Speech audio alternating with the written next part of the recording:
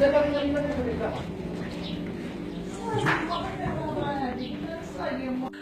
غيمونة تقضوا انا راني في 80، ما كانش لي مثلنا حتى كاس تاع الماء، ما كانش لي يتفكر ما يدخل عليا.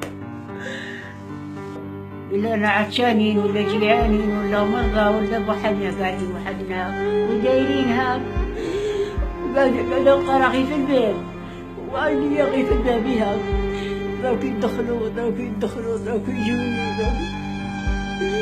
اللي قام الله وحده ولا واحد لا يدخلوا علينا ولا يهضروا معنا ولا يدوا. لكن والله برضو معايا بالخمسية إلى بريزيدا ونبدا غير بشوية الحبيب نعطينا أنا نقدرش نهار ألف.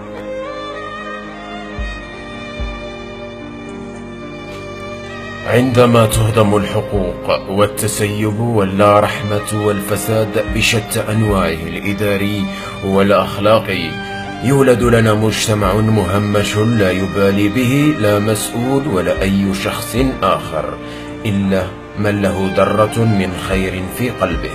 قصة الحاجة يمينة المدعوة خالتي عائشة وأمها المسنة تبكي الحجر.